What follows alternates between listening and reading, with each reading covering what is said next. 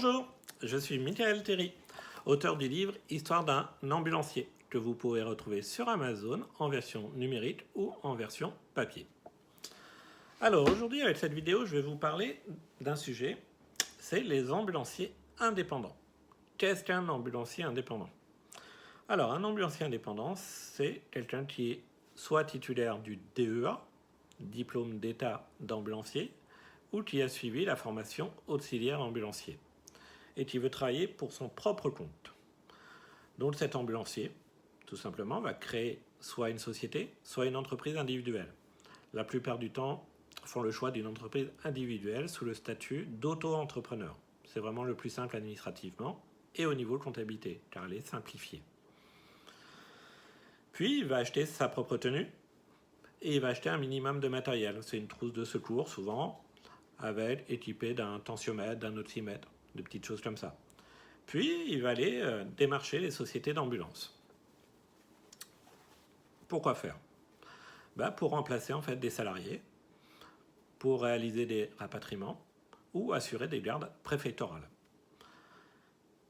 La société d'ambulance et l'ambulancier indépendant vont ensemble en fait signer un contrat de prestation qui définit toutes les modalités, ainsi que bien sûr les tarifs. Alors, quel tarif pour un ambulancier indépendant? Alors, un auxiliaire ambulancier, moi le plus bas que j'ai vu, facturer 14 € de l'heure, brut. Et un DEA, un diplôme d'état d'ambulancier, ça varie entre 15 et le plus haut que j'ai vu était à 24 € de l'heure brut. Pour trouver le net, vous enlevez environ 27% et vous trouvez le net.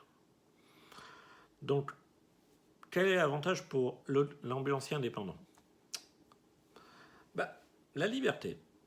La liberté de choisir la société d'ambulance pour qui on veut travailler. La liberté de gérer son temps, comme on a envie.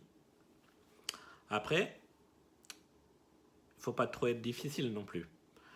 Si l'ambulancier indépendant travaille que quand il veut et refuse les demandes qu'il a des sociétés d'ambulance, au bout d'un moment, il ne travaillera plus du tout et donc pas de revenus.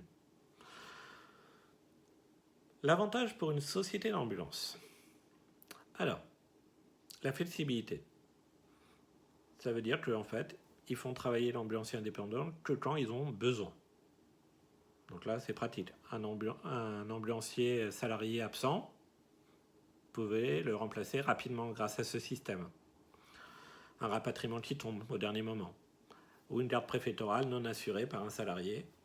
Là, vous appelez l'ambulancier indépendant qui viendra tout de suite s'il est disponible, bien sûr. Est-ce qu'il y a des risques? Oui, il y en a. C'est le risque financier.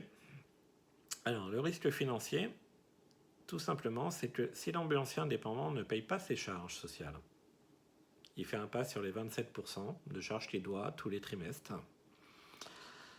et la société d'ambulance peut être condamnée à les régler à sa place. Donc, la société d'ambulance a intérêt absolument de vérifier au moins tous les 6 mois que l'ambulancier indépendant a bien payé ses charges. Il y a un autre risque très important, c'est le risque de requalification. C'est déjà arrivé.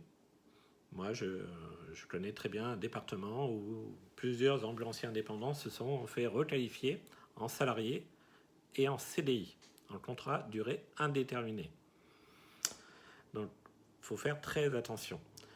Si l'ambulancier indépendant n'a qu'un client, qu'une société d'ambulance pour qui elle travaille parce qu'elle n'a pas trouvé d'autre, ou parce qu'elle ne veut pas, parce que l'ambulancier indépendant ne veut pas, là, l'URSSAF, lors d'un contrôle, va dire automatiquement c'est pas un chef d'entreprise, ça. C'est un salarié d'Élysée. Donc, l'URSSAF va requalifier cet ambulancier indépendant en salarié et en CDI. Et avec un rattrapage des charges salariales depuis le début. Donc, ça peut coûter très cher à l'entreprise. Donc, il faut faire très attention. Un ambulancier indépendant, normalement, doit avoir au minimum 3 clients.